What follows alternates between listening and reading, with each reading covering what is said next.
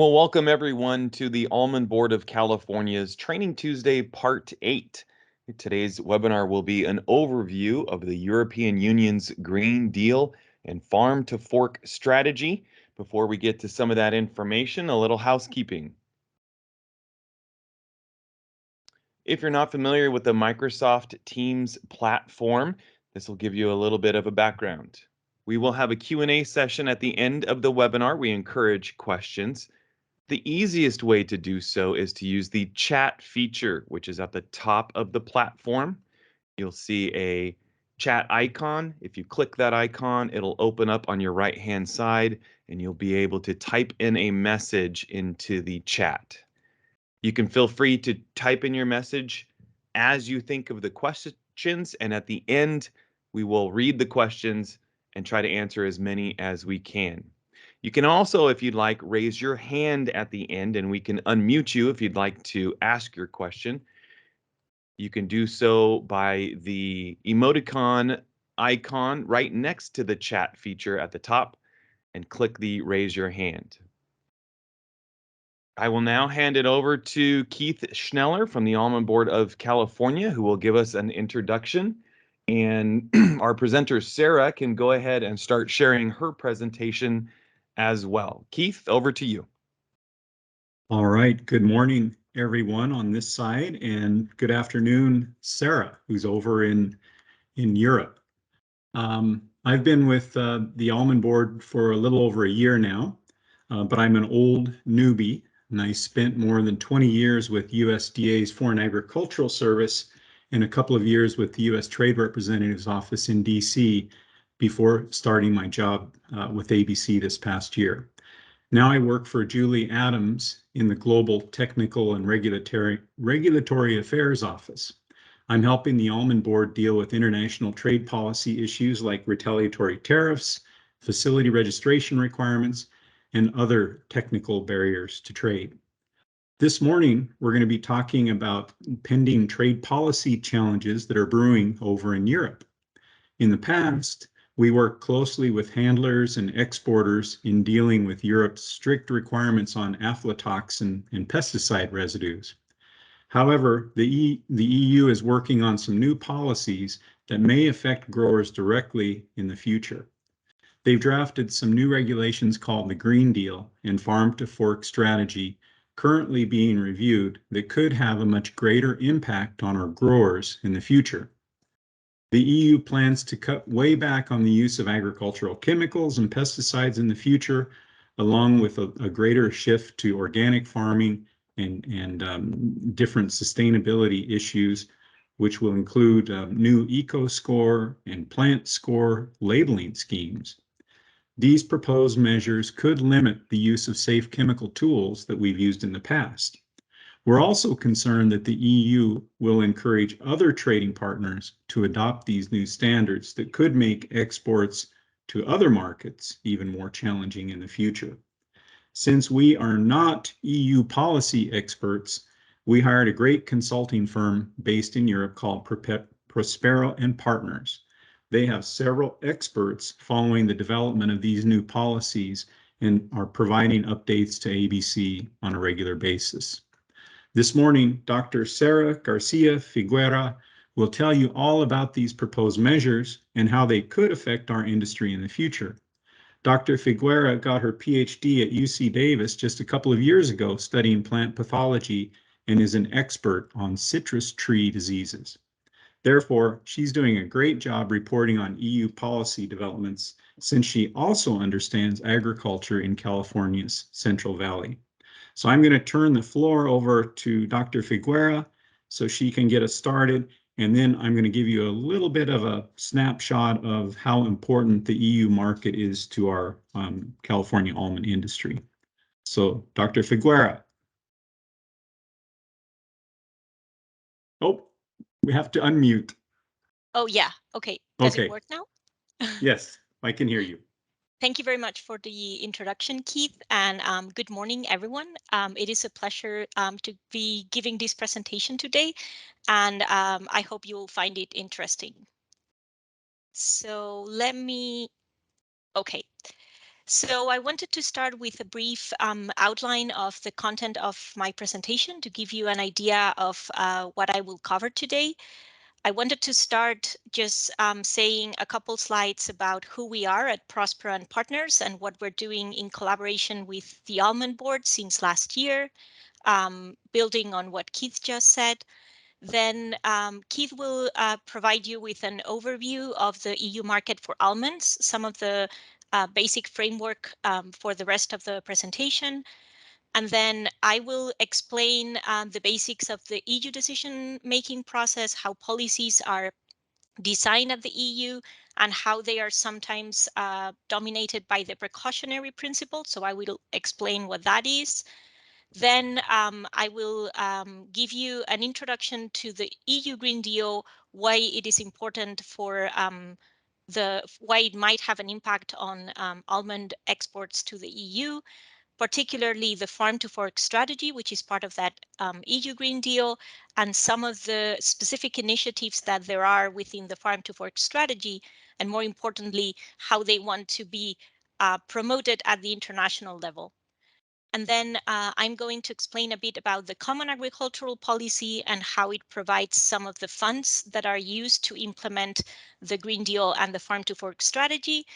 And I'll end by giving you an idea of the current situation in the EU, the different crises that are being addressed as a consequence of the invasion of Ukraine by Russia and other related crises, and some conclusions about how we see the work moving forward. So just to give you an idea of who we are, Prospero Partners is a specialized consultancy company. We work with agri-food clients, and we call ourselves the Agri-Food Transformation Company because our specialty is to help organizations make those changes that are needed at the interface between technological and human dimensions of the food systems.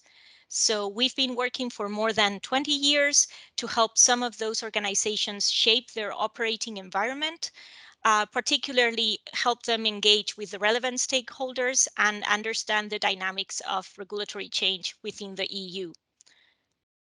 So we've been working with the Almond Board of California since last year. And our role, we were approached particularly because of concerns, as Keith said, of how the EU Green Deal and some of the initiatives within it could affect the interests of almond growers in California. So we've been providing timely intelligence about the different policy developments that are taking place in the EU. And we've been monitoring three types of policies that we have categorized as policies that could affect almond imports, and that includes, for example, some of the changes in the pesticide regulations that I will explain later. Then policies that could affect the competitiveness of California almonds versus some of the almonds that are produced in the EU. A lot of things related to the Common Agricultural Policy and some of the climate measures that the EU is implementing. And then further along the food chain, some of the policies that could affect demand for almonds, the initiatives that the EU has to try to change consumer behavior when it comes to food products. So I will touch on some of these policies throughout this presentation today, but this is just to give you an idea of what we've been doing for ABC. And with this, I'm going to hand it over back to Keith. He's going to give you the overview of the EU market for almonds. All right. Can you hear me? I'm going to put my camera on so you can see my lovely face as well, and we'll talk about just a handful of slides here. But the EU market is our single largest export destination for California almonds. And if you think about almonds, they really originated in southern Spain, Italy, over into the Middle East. It's a traditional crop and product. A lot of Middle Eastern people even eat the green almonds, as many of you know. And then marzipan is a very popular confectionery product that's been manufactured for centuries in in Europe, in Germany, in Spain, Italy. So it's one of our traditional markets. Next slide, please. But it's a very, very important market for the United States. In the past few years, we've been seeing some increases, especially in India. China and Hong Kong have been growing. But of the top 10 countries that import almonds from the United States, 4 of them are in Europe. So it's a major market for us. So let's go to the next slide.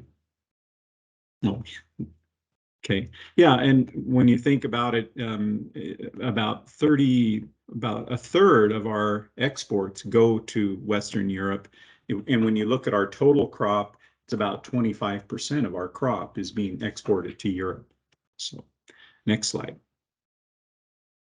Again, this shows the 4 markets where we use our market access funds, our promotional dollars to spend in Europe to grow demand.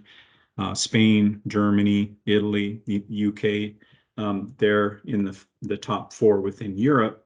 And it looks like in 2021, they imported over or close to 600 million pounds, but the total shipments to Europe were almost 800 million pounds. So it's a huge market. The majority of the product that goes there are shelled almonds. And then we're seeing a lot of trends, I think, as a result of some of our marketing dollars. They're following trends from the United States with milk products, almond milk, and different plant-based products. And snacking is becoming more and more popular in common just because of the health attributes of almonds. So I think we are concerned that if there are some really drastic changes in Europe, policy changes that affect their domestic production, there's some talk in Europe about using a mirror clause where they would require imports to meet the same type of domestic requirements that are being utilized in Europe. So if that would happen, and then if other trading partners that currently are involved in trade agreements with the European Union are required to adopt those same types of policies, that would spill over and make it more challenging for us to export our products to those markets as well. So we're very happy to have Prospero and partners here helping us to monitor what's happening. Some things have changed recently because of the Russian invasion of Ukraine, and food security now is becoming a more of a priority in Europe. But we still think that a lot of these new measures will eventually be implemented, and Prospero and Partners is following these issues again on a daily basis and providing us with updates so we can be prepared and alert our growers, handlers, and exporters accordingly. So I think that's the last slide. Let's see, there's one more slide. Yeah, just shows the total exports of almonds to the world. We're close to 2 billion pounds. Our total production is close to 3 billion pounds. So 70% of our almonds are exported. And again, about 34% of our almonds go to Europe. So it's a very important market. And we hope that we can keep shipping there and expand our shipments in the future. Sarah will talk a little bit about some of the new plant-based food initiatives in Europe that might actually help us in the long run. And a lot of the things that growers are doing in California already are helping us to prepare for some of these new measures in Europe, where maybe other states in the United States won't be as prepared as we are here in California. So I think that's it. Sarah, I'm going to turn the floor back over to you now. Okay. So now that Keith has given you an idea of the EU market for almonds, I wanted to start with the EU with some of the basic concepts about EU decision making and the precautionary principle. So here in this map, I'm sure you're familiar with this, but you can see in shades of blue the different countries that make up the European Union at the moment. The darker blue countries are the ones that have the euro, and then you have in a slightly lighter blue the ones that will be part of the Eurozone like Croatia and Bulgaria in the next 2 years. So this is at the moment, there are 27 countries within the EU after the Brexit, and they are basically represented in the EU by three main institutions. There's the European Council, or the Council of the European Union, that is formed by the heads of state of the different countries. The European Council sets the policy agenda. They are like the overarching agenda setter for the EU.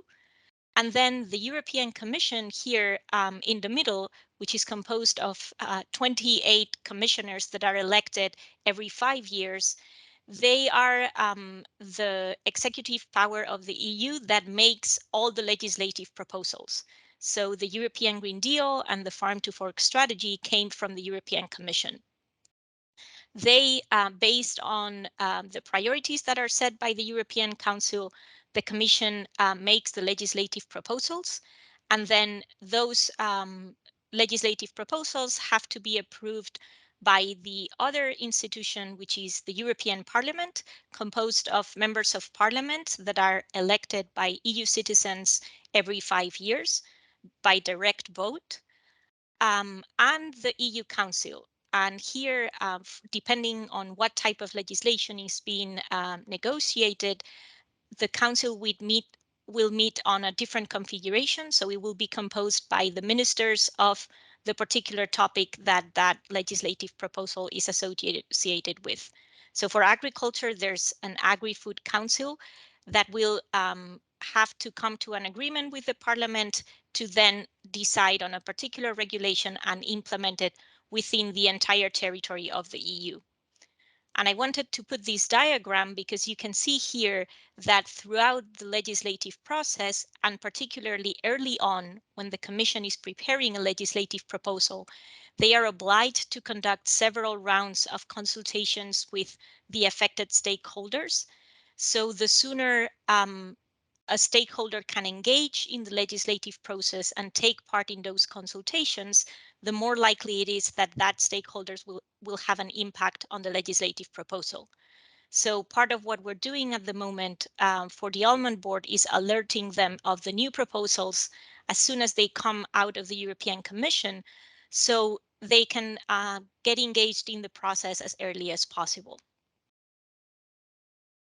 And as I was saying that the EU Council sets the political agenda for the EU, a lot of the priorities that they set in the agenda are determined by, of course, the preferences of EU citizens. So I wanted to put this slide here. This comes from a survey that was done in 2018. But you can see that when European citizens were asked about how much they are worried about different things related to food production, the top number one worry was chemicals used in food production. So 86% of EU citizens are either very worried or fairly worried about pesticides, antibiotics, and additives that are used for food production. So this type of risk perception then permeates throughout the political agenda and determines some of the measures that are taken by the EU. And if you think about how risk is assessed, there are three main stages in determining the risk associated with, for example, the use of pesticides. There's the risk assessment phase where the scientific evidence is gathered to come to an assessment, a rating on that risk. Then there's the risk management phase where decision makers, in the case of the EU, the Commission, the Council, and the Parliament, the three institutions, are given the facts, and then they have to make a decision about how to manage that risk. And they will communicate their decision and exchange the information to then implement those management measures. And I wanted to put this here because there's a particular principle that is very important for risk management in the EU that is different from the US, which is the precautionary principle. This is contemplated in EU legislation And it is the main idea behind the precautionary principle is to try to ensure a higher level of environmental protection. It particularly applies to environmental risks through preventative decision making.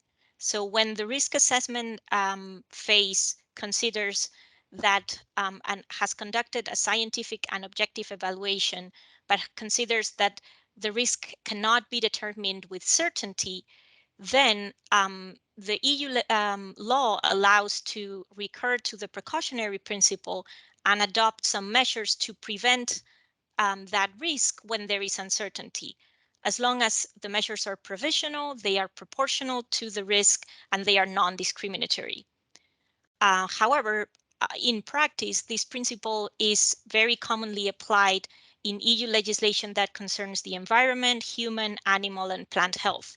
So it's this idea, as this slide illustrates, that when the risk assessment decides that there's scientific uncertainty and there's not enough information to make an informed decision, you can recur to the precautionary principle. And for example, this is applied to a chemical substance. The precautionary principle could lead to a decision to not include the chemical in the list of authorized substances, or to provisionally include it subject to a subsequent assessment.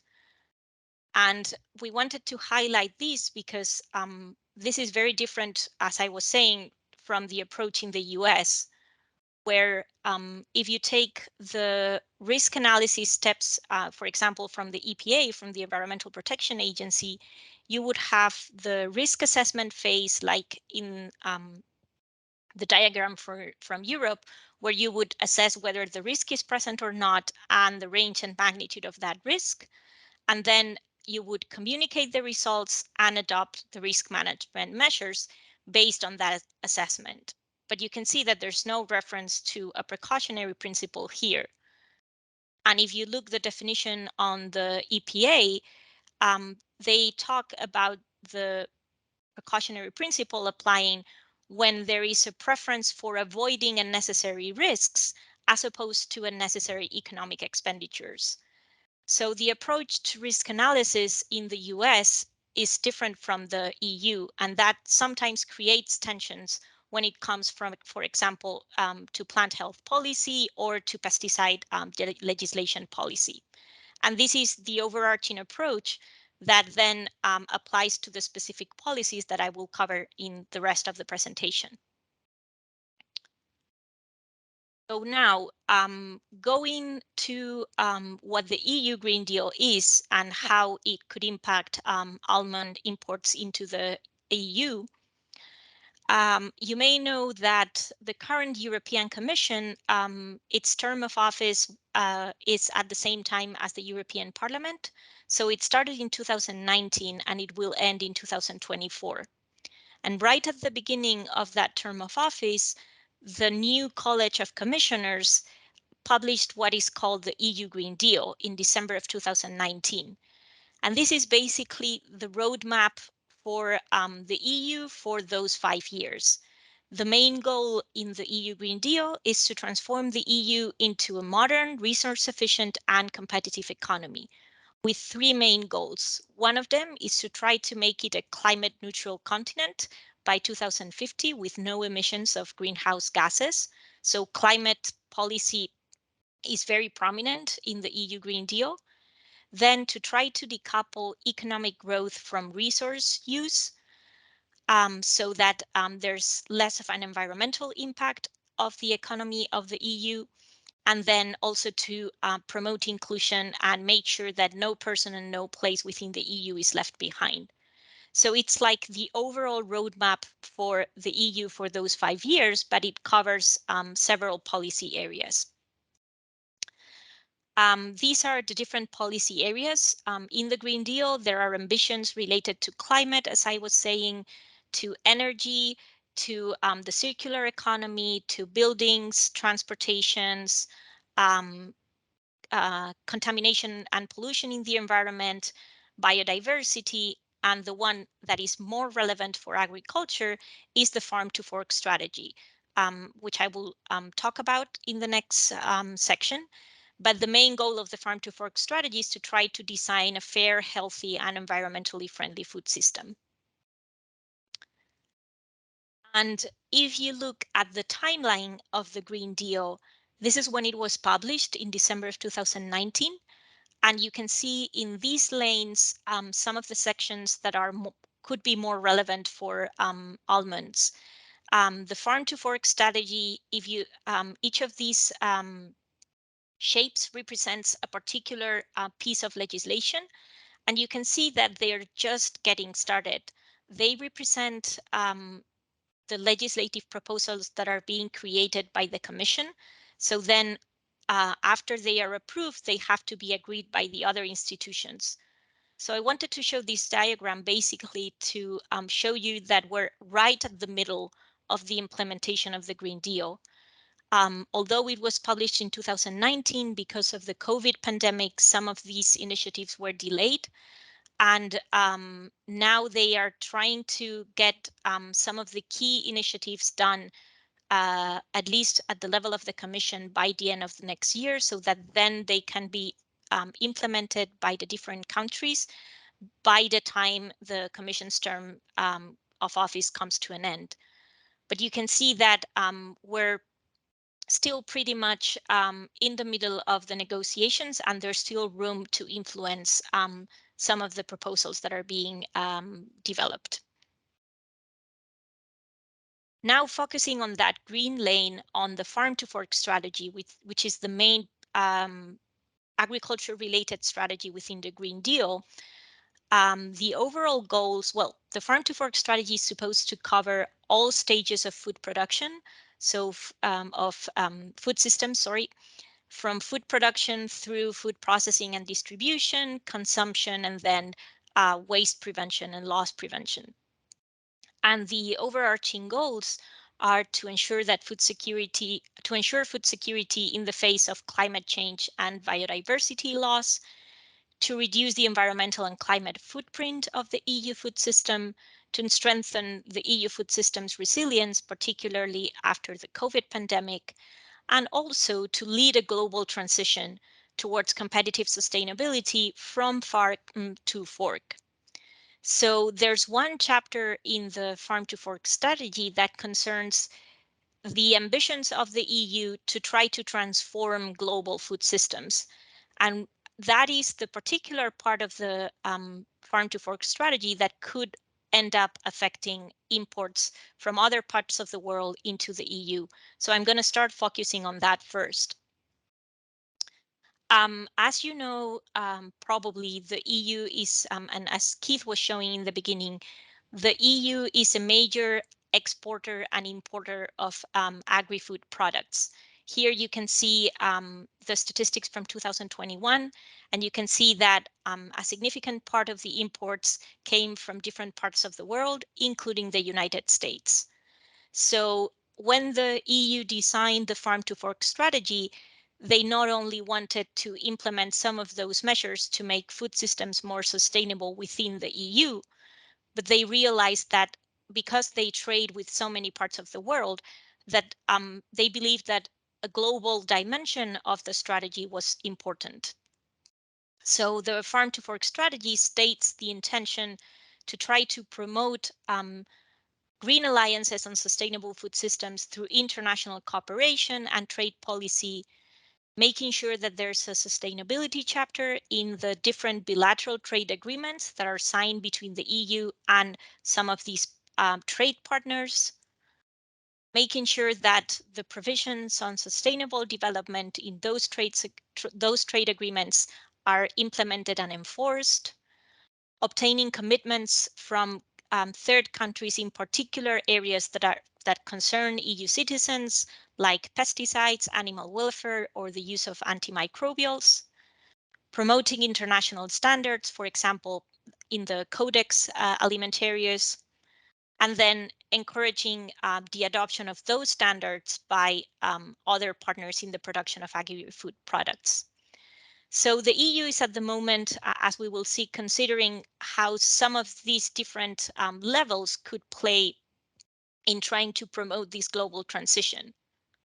But something that has attracted a lot of attention because it was a priority of when France was presiding the EU Council, they are finishing their presidency this month, was something that Keith already alluded to, which are mirror clauses. This is if you think about a mirror, this is the idea that any standards that are imposed on EU products like phytosanitary, animal welfare, or environmental standards, this is the idea that those should also be required for products that are imported. It's the reciprocity of trading standards. So they have been mentioned several times. It would be a unilateral measure, so it would be different from the measures that we saw on the previous slide that are implemented through bilateral trade agreements. Here, it would be a measure that the EU would impose on its trading partners. But so far, from what we've seen, their use has only been discussed at a conceptual level. There's already one regulation about animal production that implemented a mirror clause, but it has not been enforced yet. And we know that it was subject to extensive discussion within the WTO. So there's still this question to be addressed about how mirror clauses would specify it and how they would be enforced, and whether they would comply with the provisions under the WTO agreements. And going back to this idea that the EU imports products from all over the world, and within the EU, there's a significant part that concerns tropical fruits, nuts, and spices. Earlier this year, the European Parliament and the Council asked the Commission, so the other EU institution, to try to prepare a report to make informed decisions that should contain an assessment of the rationale and the legal feasibility of starting to impose some of the EU standards on imported products, and also how they could be consistent and conform to with WTO rules. So this was a report that we highlighted for the Almond Board, and we recommended to contribute to the call for evidence, which is something that Julie, Keith, and the team did. And we just realized, we had a call yesterday, and we realized that this report was published last Friday. So it already gives a bit more concrete ideas back 2 slides before about how the EU would use some of the bilateral trade agreements or some of the international standards to try to raise the bar for imported products. And it's supposed to inform the future policy, but it's not concrete, and it clearly states that each case should be analyzed separately.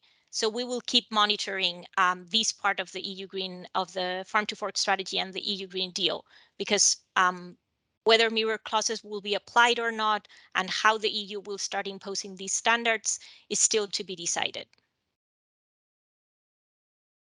Okay, now going back to the EU territory, what are some of the measures within the Farm to Fork strategy that the EU is planning to implement to achieve those goals to make food systems more sustainable? Well, there are 2 main horizontal actions. One of them is a contingency plan for ensuring food supply. This came particularly after all the disruptions to food supply chains due to COVID. But the important piece of legislation that we're monitoring, that I will come back to in a couple slides, is an overarching legislative framework for sustainable food systems. This is supposed to come, the legislative proposal, at the end of next year, and it's supposed to include provisions on how labels will provide information about the sustainability of a product. So it has a sustainability labeling chapter that we think could be relevant in the end for imported products. Those are the 2 main horizontal actions, and then there are 25 different actions that are foreseen on the Farm to Fork strategy along the different stages of the food value chain. So there are 10 actions aimed at sustainable food production, 7 on food processing, wholesale and retailing, 6 for sustainable food consumption, and then 2 for reducing food loss and waste. So I will speak today about 2 initiatives, a couple more initiatives under the sustainable food production ambition, and then 2 initiatives under the sustainable food consumption ambition. And looking at food production, you may have heard of these. The EU on this farm to fork strategy has set particularly quantifiable targets to, first of all, reduce the use of pesticides in food production in the EU. They want by 2030 to reduce the overall use and risk of chemicals, particularly the most hazardous pesticides, by 50%. And the EU has committed to achieve these at the EU level, and then each country will have to set a national reduction target within their territory. The EU has also committed to reducing nutrient losses by 50% while retaining soil fertility and then using 20% less fertilizers. And then in livestock production, there's an ambition to reduce the use of antimicrobials, for farm animals, but also aquaculture by 50%. And there's also the ambition to increase the percentage of land for organic farming in the EU by to 25%. So those are the targets that the EU wants to achieve by 2030, and there are several initiatives that are being developed to achieve those targets. So I'm going to focus on pesticides and nutrients because those are probably the targets that could most likely end up affecting imports.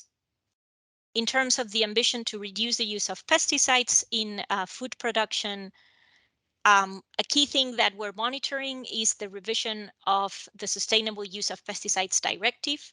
This is the main piece of legislation that regulates the use of pesticides in the EU.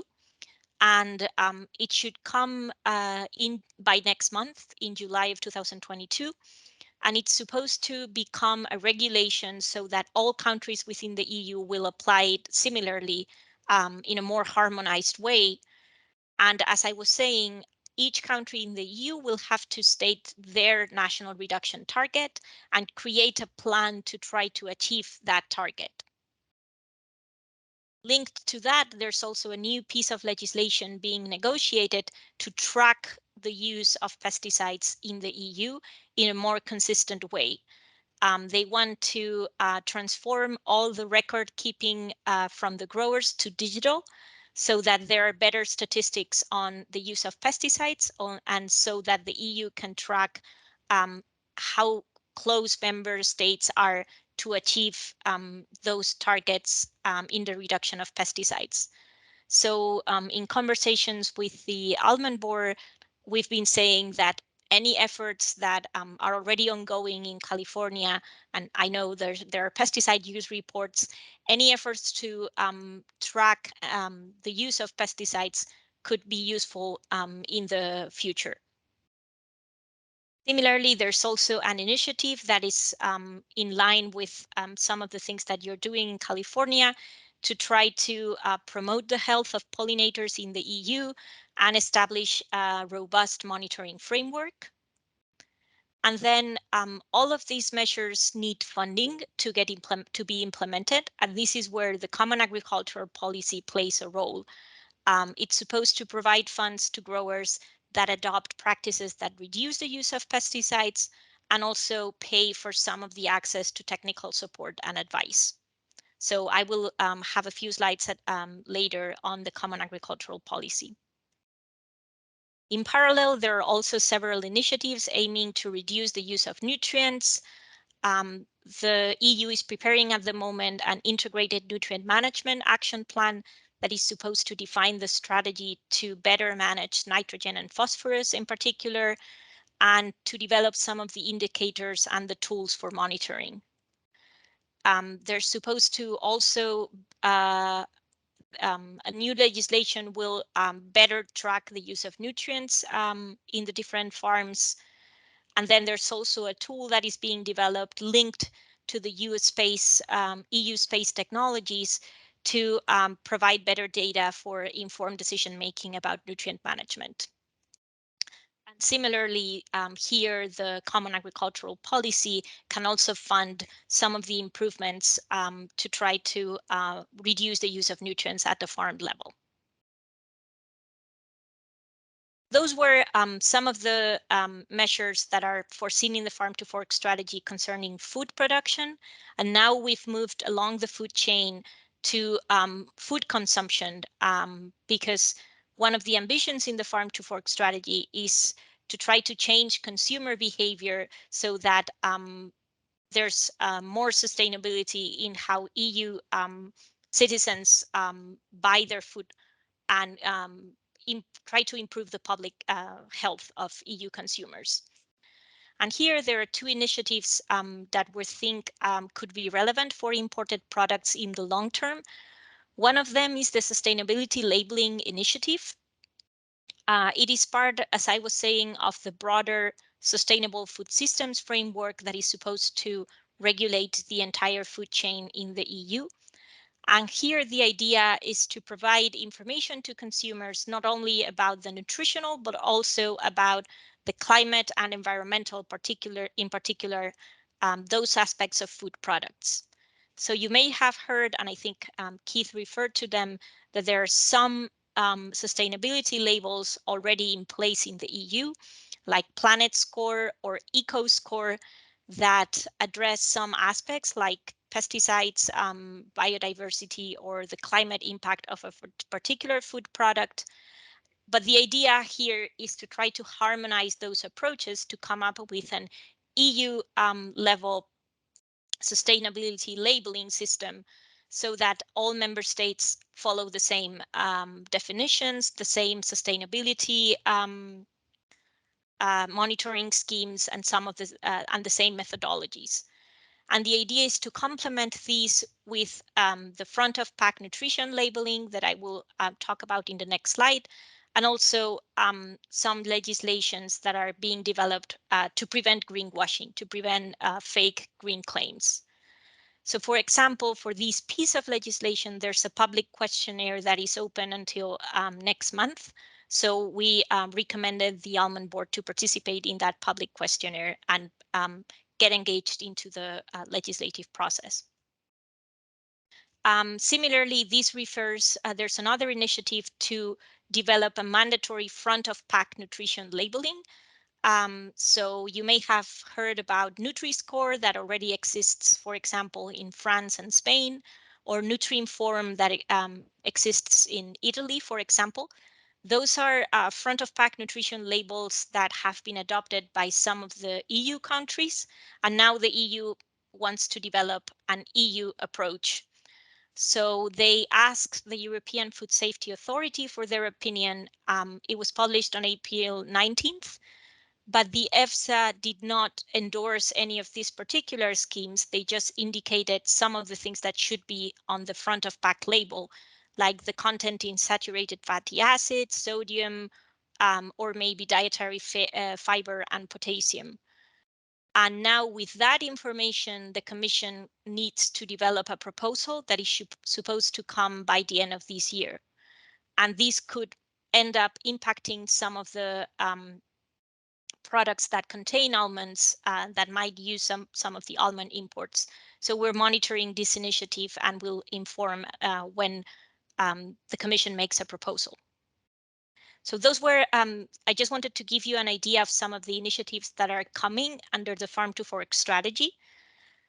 And now I'm going to move to how some of these standards are going to be implemented through the Common Agricultural Policy funding. So you may have heard about the CAP, the Common Agricultural Policy. It exists since 1957. So it exists since the EU or the CEE was funded. And it currently impacts 10 million farmers in the EU, 447 million consumers. It's responsible for about 39% of the EU land, so almost half of Europe. and it's about 1/3 of the EU budget that is used for the common agricultural policy. So it is a huge part of the EU budget, and negotiating each round of the common agricultural policy is a really complicated exercise between the Council, the Commission, and the Parliament. But basically, the CAP is structured in what are called two pillars. On the left in green, you can see what is called the first pillar, which are the direct payments that growers receive to try to complement their income so that they can continue living in rural areas. That's the main idea behind the CAP in the EU. And some of the market measures that are also implemented to try to stabilize prices of agricultural products in the EU. The second pillar in purple concerns rural development measures, and those are some of the more longer-term investments by growers to try to improve their economic activity. So all the CAP funds are usually either under the first pillar or the second pillar. And if you look at this plot, it gives you an idea of how the funds, the CAP funds, have been allocated since 1990 until 2020. So I know it's a complex plot, but you can see in purple the second pillar, how it has kind of been gaining importance, and how some of the measures that were initially coupled, so growers were receiving the funds to linked to a particular production, now they have become decoupled, so they receive those payments based on the area of their farm, regardless of what they produce or how much they produce, in line with WTO agreements. And I wanted to highlight, here you can see in the last years, there are some black stripes. This relates to the effort that the EU is making to make growers comply with some environmental measures in order to receive the payments. So increasingly, and this is going to become an even bigger percentage in the next round of the CAP, growers are asked to comply with environmental measures in order to receive their payments. So in the new CAP that was supposed to start in 2021, but was delayed to 2023, so it will cover from January of next year until the end of 2027, there were 9 objectives that were defined, basically about the economic sustainability in these shades of red, environmental sustainability in green, and social sustainability in blue of the rural areas. The EU defined these 9 objectives, and the way the CAP is designed has changed slightly for this period.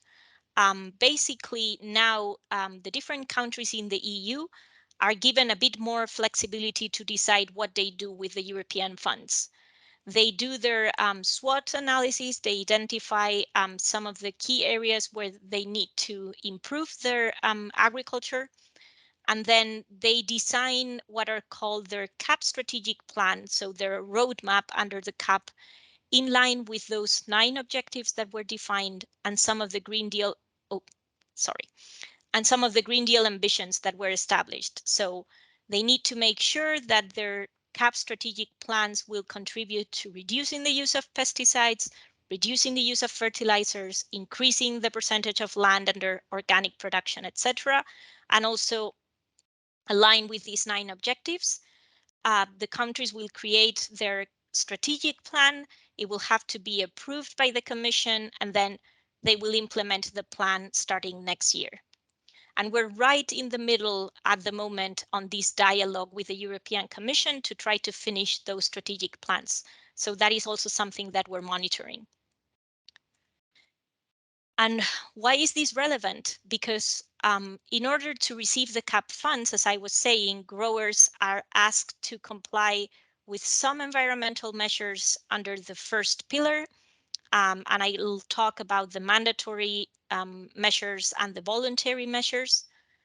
And they also receive funds to invest in some improvements that will make agricultural production more sustainable. So particularly under the first pillar, some of the standards that growers are asked to comply with to receive their CAP funds could be some of the standards that end up being asked, that agricultural products end up having to comply with. So if we look at what is called the enhanced conditionality, in this new CAP that will start next year, growers are asked to comply with different types of measures to receive the payments that they get by area. They need to comply with at least 40 different EU directives and regulations. And I know some of these regulations are also in place, similar regulations in California. So they need to comply with a nitrate regulation, a pesticide use regulation, a water directive. They need to follow good agricultural and environmental conditions. And they also need to ensure crop diversification, maintenance of permanent grasslands, and ecological focus areas. These are measures that were voluntary in the previous CAP, the one that is ending this year, and they have now become mandatory. So growers need to comply with all these measures in order to get their direct payments per area. And then for this round, there are some voluntary measures that are being introduced. These are called the eco schemes that you might have heard of. So growers will get an additional payment on top of the direct payments if they, for example, do crop rotation with leguminous crops. They do cover crops between tree rows and permanent crops. They implement precision farming or improve nutrient management. So some of the things that you might already be doing in California, EU growers are being asked to do to get some additional payments. So anything that any efforts that are done to prove that you are already implementing some of these measures could help when the EU starts extending their standards to imported products. And I wanted to go back to the plot because you can see that even though most of the funds go to the first pillar or the second pillar, there's still a really small percentage of the funds that are allocated to specific sectors. And the idea behind these is to keep production going in those sectors that are strategic for the survival of a particular region in the EU. And you can see that in 2020, 4% of those sector-related funds were dedicated to fruit and vegetable production. And I wanted to highlight this because in the next CAP, Portugal and Spain have proposed to use that small percentage of sector-related funds for almond production. So in Spain, this has not approved yet, but they have proposed to use a small amount to assign a small amount per acre to those growers that grow almonds and other nuts that are in areas at risk of survival, as long as they don't have an irrigation system and they are in a particularly difficult area, either because the slope is high or the rainfall is very low, and they have to have a minimum density per acre. And the same happens in Portugal. There are some funds that are allocated for what they call traditional permanent crops, and that includes almonds, where growers would receive a certain payment to help basically with their income, as long as they don't have an irrigation system and they comply with a series of measures. So just to give you an idea of how the funds under the CAP are used. But of course, growers that are outside these areas could still produce almonds and receive their direct payments instead of receiving these sector interventions. So in a nutshell, that's more or less, I first wanted to cover the ambitions in the farm to fork strategy and then how some of the common agricultural policy funds could be used to implement and make some of those ambitions real and put them in practice. And I wanted to end by giving you a really brief glimpse of what is happening at the moment in the EU. Keith referred to it, but some of those priorities that were set in the EU Green Deal in 2019 and in the Farm to Fork strategy in 2020 are being reshuffled under the current circumstances. So I'm sure you're familiar with the humanitarian crisis that is going on in Ukraine because of the invasion by Russia. This has led to higher input costs. The EU was already experiencing higher than usual prices of fertilizers and energy throughout the fall, but since February, costs have really skyrocketed, and this is putting some farmers in real trouble to get some of these inputs. On top of that, all the Black Sea ports that Ukraine had, exports have been disrupted. So there's a shortage of wheat, corn, and oilseed, among other commodities. This has led to higher commodity prices, and also because, for example, on the dependency of livestock on some of these commodities for feed production, there's at the moment a significant food price inflation in the EU that is also affecting other areas. And although the EU institutions have reiterated that food security is not a concern in the EU, it could be a concern from areas around the EU, like the north of Africa. So as Keith was saying, food security is already on the table as a relevant topic, and not only the sustainability of food systems. So this has made some of the priorities change. And on top of that, you know, the EU has already adopted 6 packages of sanctions against Russia. So that is also affecting other related sectors of the economy, and it's having consequences for the economy in the EU. So the 3 European institutions, the Commission, the Council, and the Parliament, have been intensively meeting over the last months and analyzing the situation. And they have already adopted some measures, particularly in agricultural policy. They have allowed a permission in some member states, well, in all of the member states, to continue producing on land that was supposed to be fallow this spring, particularly for sowing protein crops to try to ease some of those commodity shortages. They are also reorienting some of the CAP strategic plans from the different member states so that the common agricultural policy can again fulfill its function of ensuring food security in the EU, and also trying to reduce the reliance on inputs that are imported from abroad, like fertilizers or energy.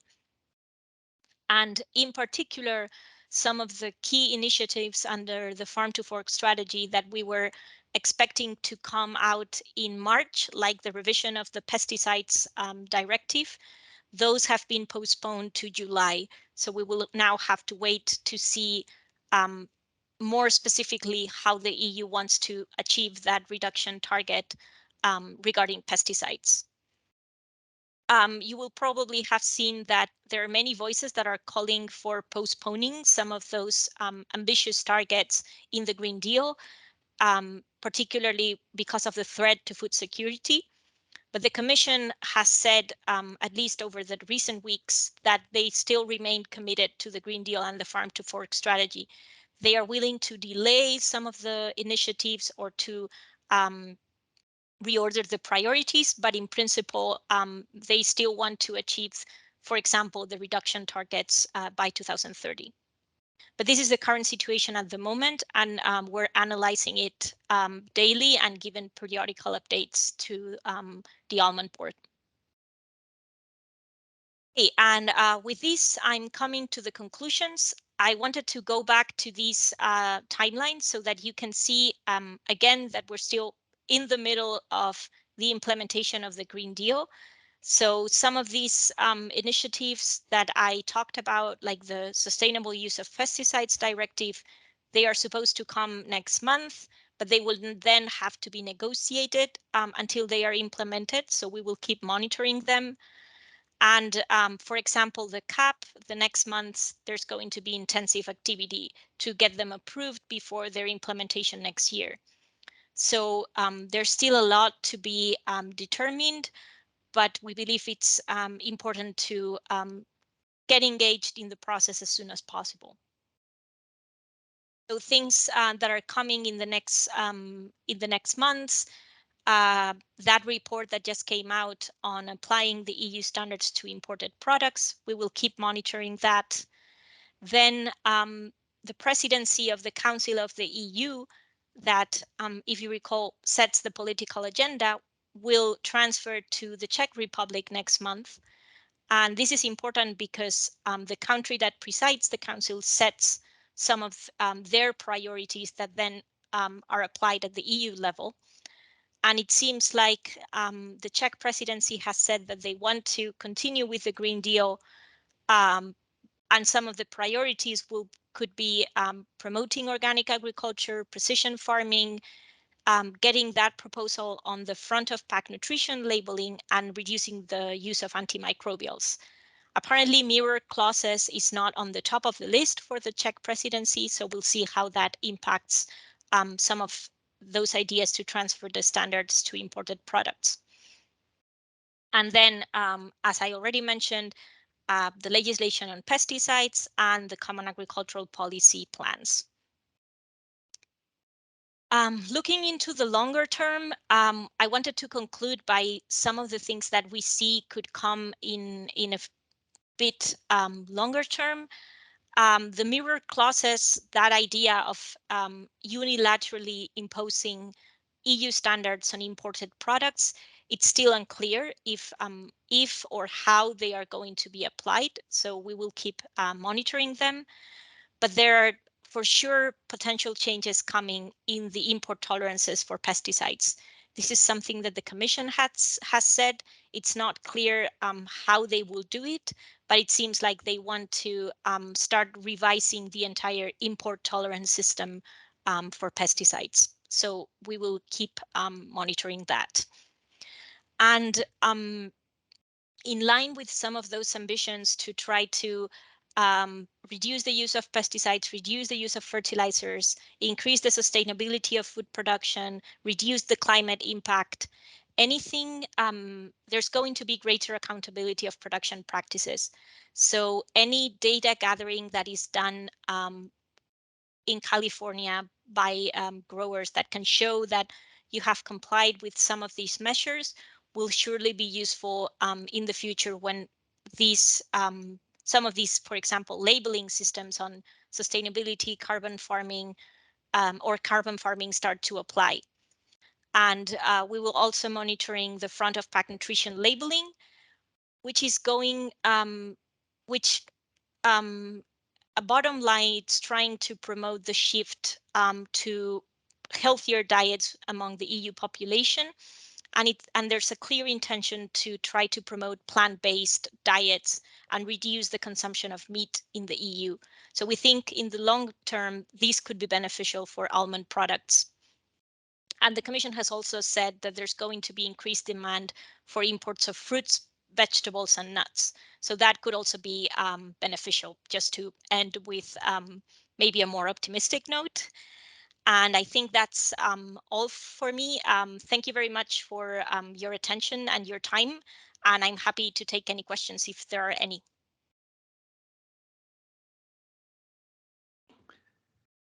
Again, you can go ahead and type in your questions in the chat function or raise your hand with the reactions button at the top. We'll give it a few minutes here.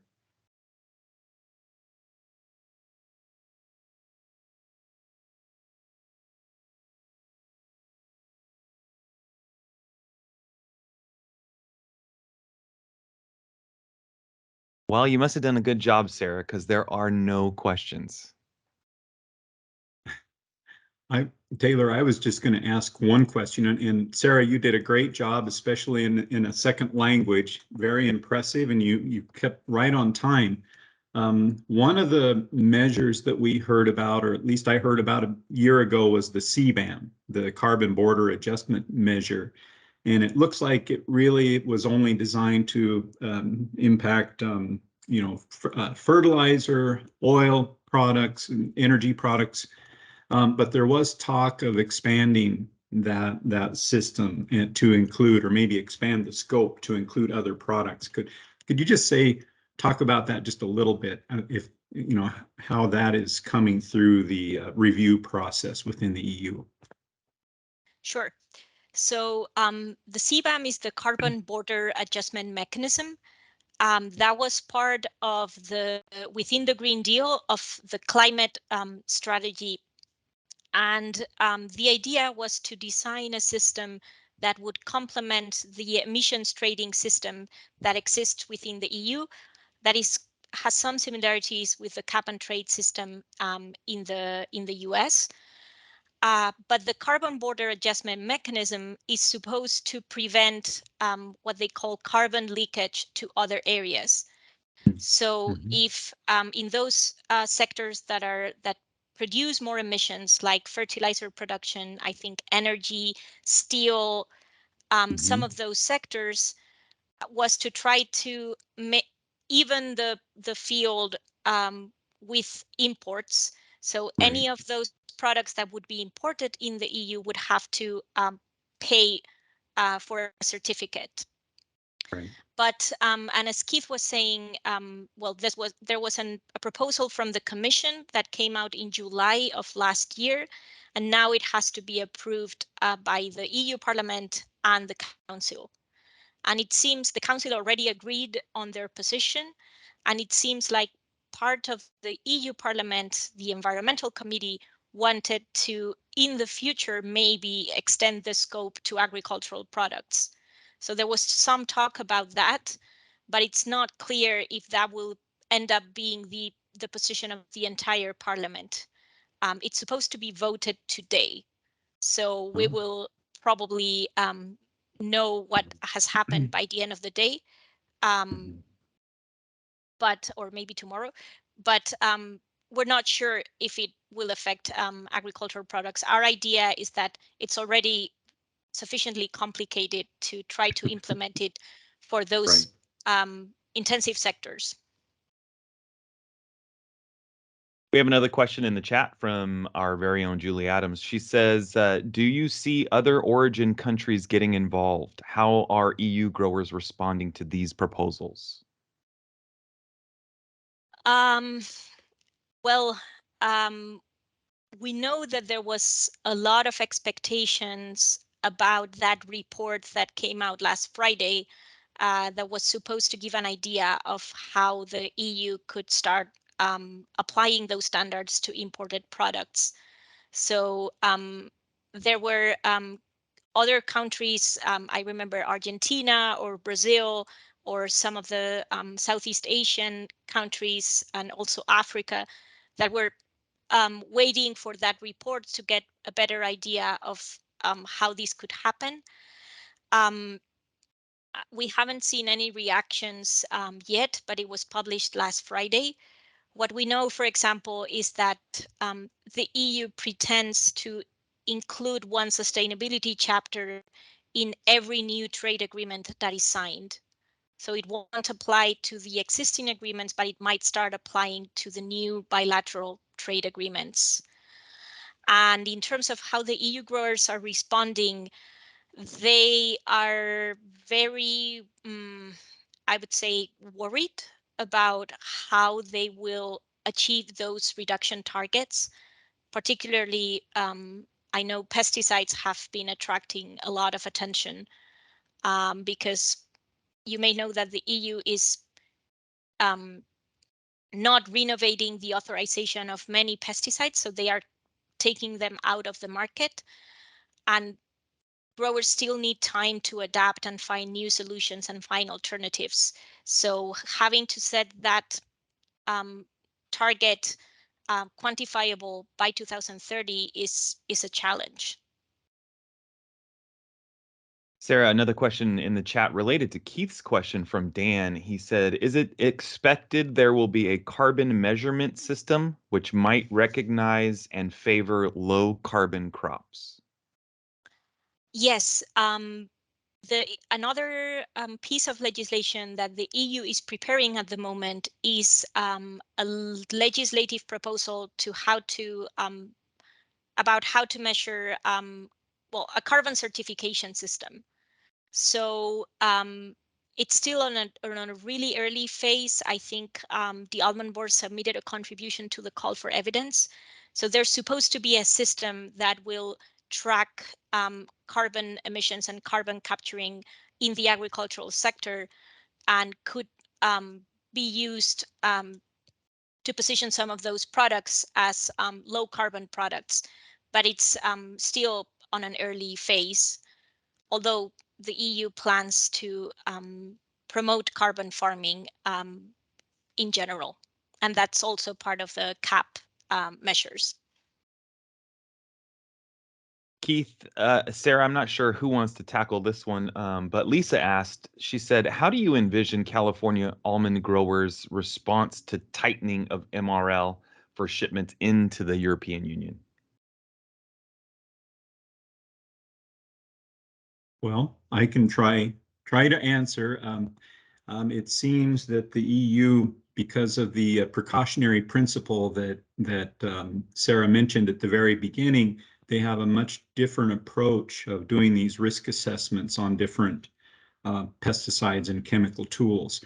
So we are concerned about these measures, and we always refer back to the World Trade Organization and the SPS committee and the codex and the other science-based methods of making decisions. And it seems like the EU is slowly starting to bring some of these other issues into the risk assessment process. So we are concerned about that, and we're sharing information with U.S. government officials, with the U.S. Trade Representative's Office and USDA. We're also in communication with other grower groups around the world, and we will be monitoring this situation very closely. And of course, Prospero will be helping us as well. We have our very own Richard Waycott on the phone. Richard, I believe you can now unmute yourself and you can ask a question.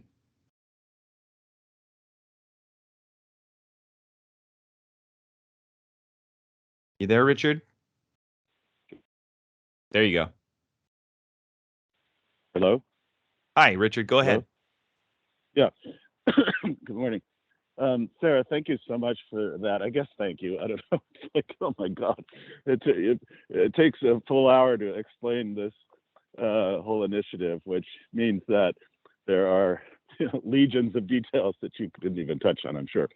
But in any event, I did have a couple of questions. One's with the mirror policy, which obviously we have in this country too for certain products, but I suppose that it's expected that trading partners will tit for tat and will be requiring the same of the EU that the EU is requiring of them.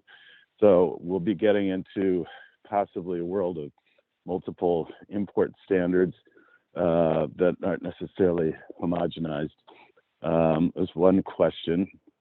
Another is with, and Keith mentioned it, with the WTO, with Codex, is the direction that import requirements is going and standards for EU production going possibly away from WTO and Codex, and Europe is on the road to sort of designing their own system? There could be a change in sort of a lot of things have been standardized, or the approach to standardization globally has been an objective for a long time. And then my third question is just on these, I think it's CAP, you called it.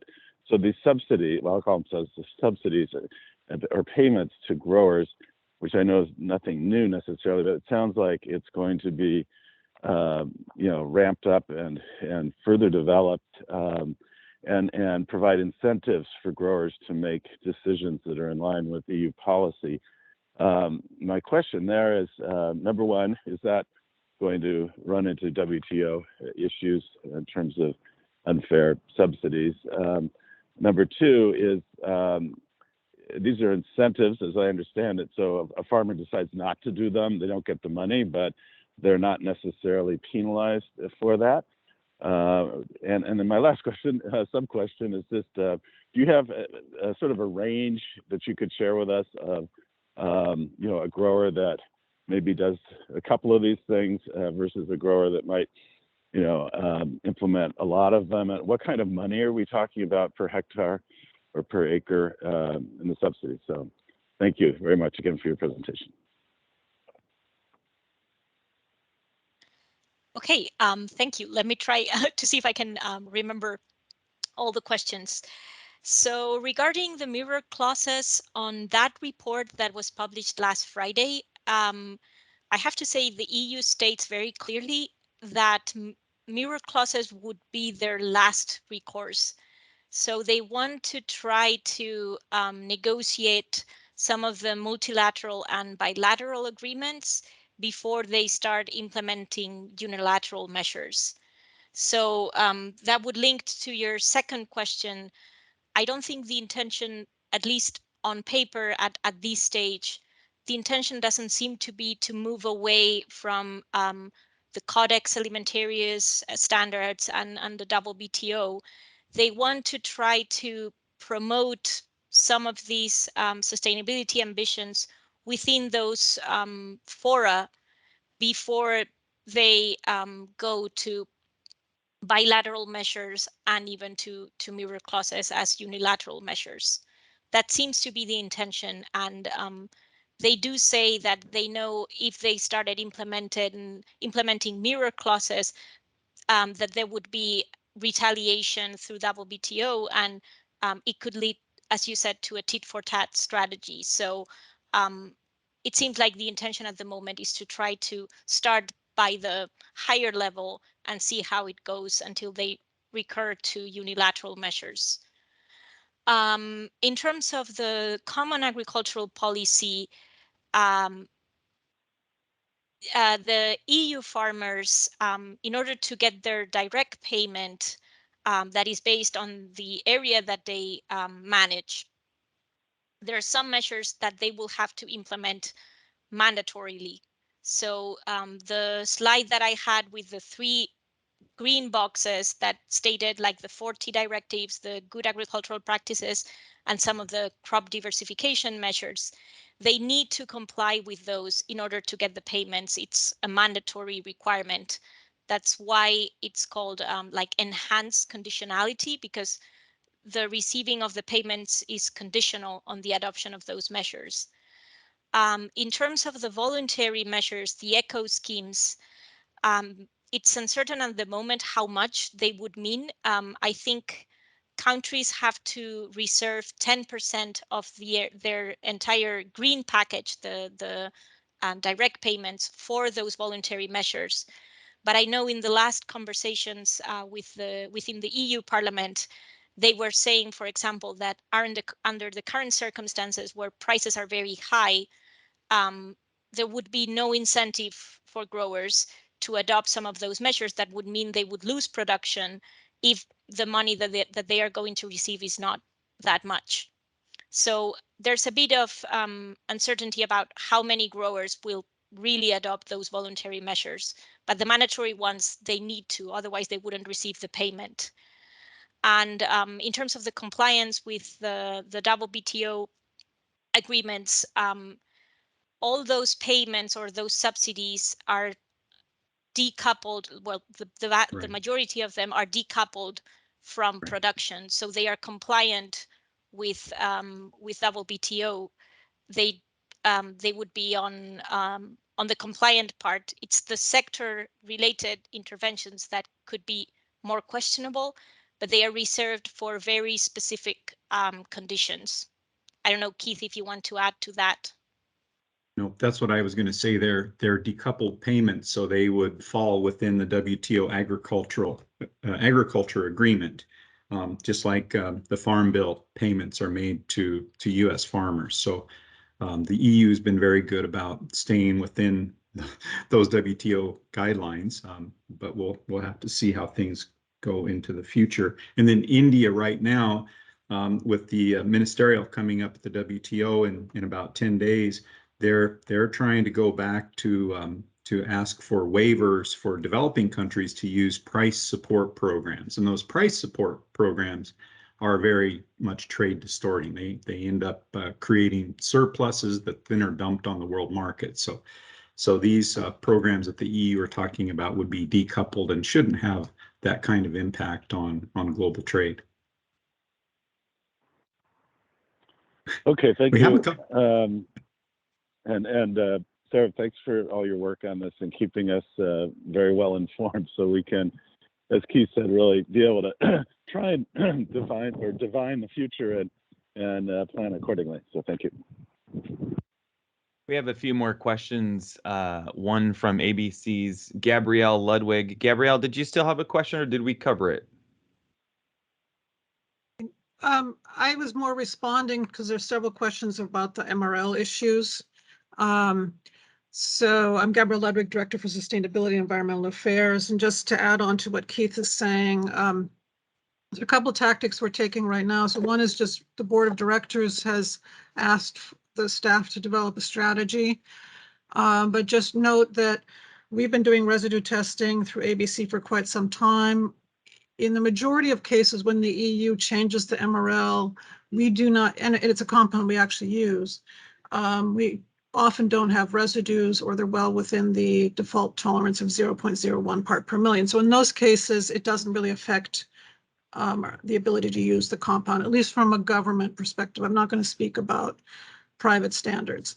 In those cases where we do see residues, and there are a handful of products where we do, we are, through our research program, starting to work on, are there either ways we can minimize the residues and or alternatives to managing those particular pest problems to try and have ways to minimize the residues.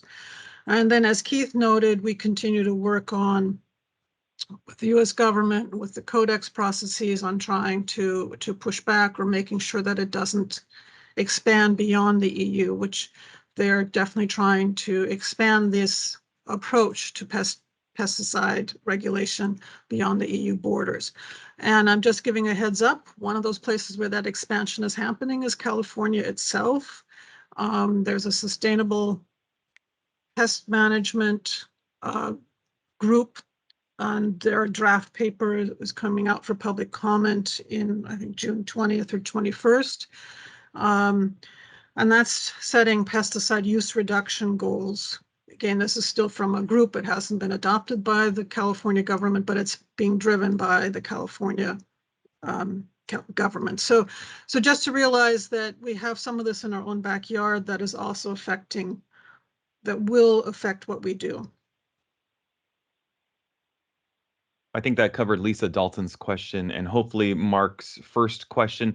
Mark has a second question I don't think anybody has the answer to, but he said, since biopesticides are twice as expensive as normal products, any idea how it can be profitable with current prices for nuts and other fruits?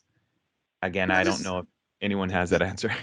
Well, this is coming back to, that's part of what our research program is about. And again, in almonds, given the way they grow, many times we don't have residues. Where our residues tend to come from or anything that we're using in that whole split time frame and that we put on the ground that close to harvest. Okay, so there's definitely some challenges ahead, but I also, if we're just looking at the EU, not looking at the larger pesticide conversation, it is a limited subset of areas that we need to worry about from a residue perspective.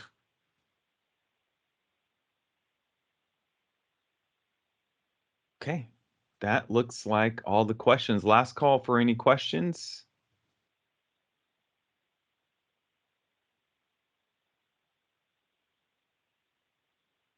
That's going to do it. Keith, would you like to do a wrap here? Well, yeah. Thank you, Sarah, and thank you for everyone else who joined us on today's call. I kind of think of the Common Agricultural Policy and the Farm Bill being very similar in certain ways. You know, every every 4 or 5 years, we have a new farm bill, and the Europeans are currently updating and upgrading their common agricultural policy and some of these newer measures that come along now. So it seems like their system is very transparent, and maybe it's a little more transparent than our system is. But at the same time, it's a very complex one, and I'm glad that Prospero and Sarah and her crew there are helping us monitor what's happening, and so we can keep up to date and share the information with our growers and the rest of our industry. So thank you again, Sarah, and we look forward to working with you and sharing more information with the almond industry in the future. Thank you, Taylor, Keith. as well. Yeah, and Taylor, and thank you very much, everyone who attended. Looking forward to getting back into some of these seminars. All right. Okay, well, thanks everybody for joining the Training Tuesday. If this is your first Training Tuesdays, we hold them the first and third Tuesday of the month. You can visit almonds.com/events for more information. And the next Training Tuesday is June 21st, just 2 weeks from today. And we'll be covering cover crops and pollinator habitat opportunities with Josette Lewis and some other speakers, and there are some continuing education units available for that one, so stay tuned. Thanks again, and have a great rest of the week.